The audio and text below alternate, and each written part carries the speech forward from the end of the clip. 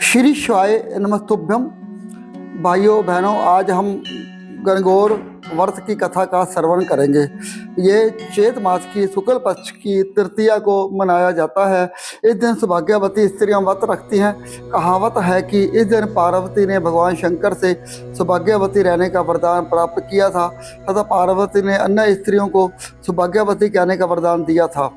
पूजन के समय रेणुका की गौर बनाकर उस पर महावर और संदूर चढ़ाने का विशेष प्रावधान है।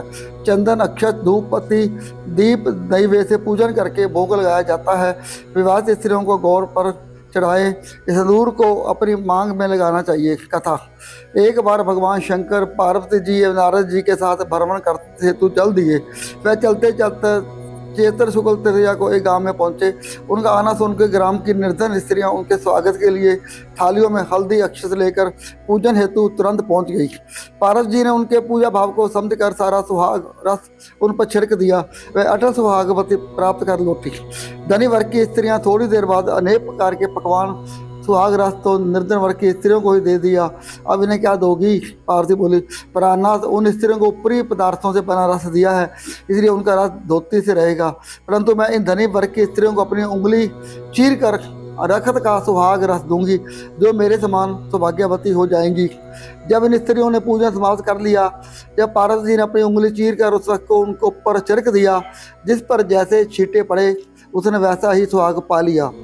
इसके बाद पार्वती जी ने अपने पति भगवान शंकर से आज्ञा लेकर नदी में स्नान करने चली गई।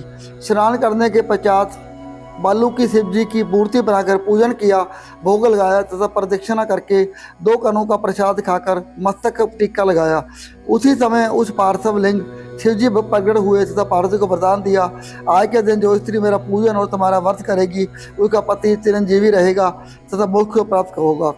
भगवान शिव ये वरदान देकर अंतर्ध्यान हो गए। इतना सब करते करते पार्वती जी को काफ़ी समय लग गया। पार्वती जी नदी के तरफ से चलकर उस स्थान पर आई जहाँ पर भगवान शंकर व नारद जी को छोड़कर गई थी। शिव जी ने विलंब से आने का कारण पूछा तो इस पर पार्वती जी बोली, मेरे भाई भावज नदी किनारे मिल गए थे। उन्होंने मुझसे दूध भात खाने तथा ठहरने का आग्रह किया, इसी कारण से आने में देरी हो गई।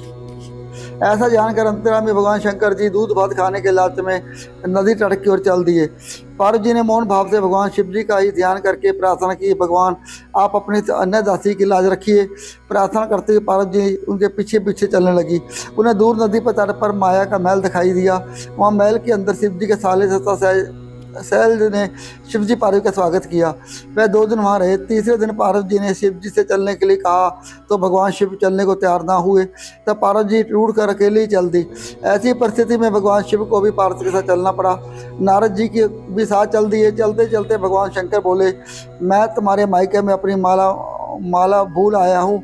माला लाने के लिए पार्वती जी तैयार हुई तो भगवान ने पार्वती जी को ना भेजकर नारद जी को भेजा, पर वहाँ पहुँचने पर नारद जी का कोई महल नजर नहीं आया। वहाँ दूर दूर तक जंगल ही जंगल था। सहसा बिजली कौन दी। नारद जी को शिव जी की माला का एक पर टंगी दिखाई दी। नारद जी ने माला उतारी और शिव जी के पास पहुंचकर यात्रा का कष्ट बताने लगे। शिव जी कहकर कहने लगे, ये सब पार्वती जी की लीला है। इस पर पार्वती जी बोली, मैं किस योग्य हूँ, ये सब तो आपकी कृपा है। ऐसा जानकर महर्षि नारद ने माता पार्वती तथा उसके पतिव्रत प्रभाव से उत्पन्न घटना की मुक्त कंठ से प्रश्न की।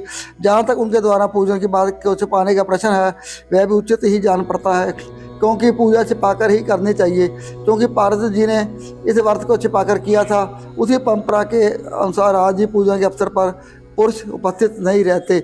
श्री शिवाय नमस्तुभ्यम।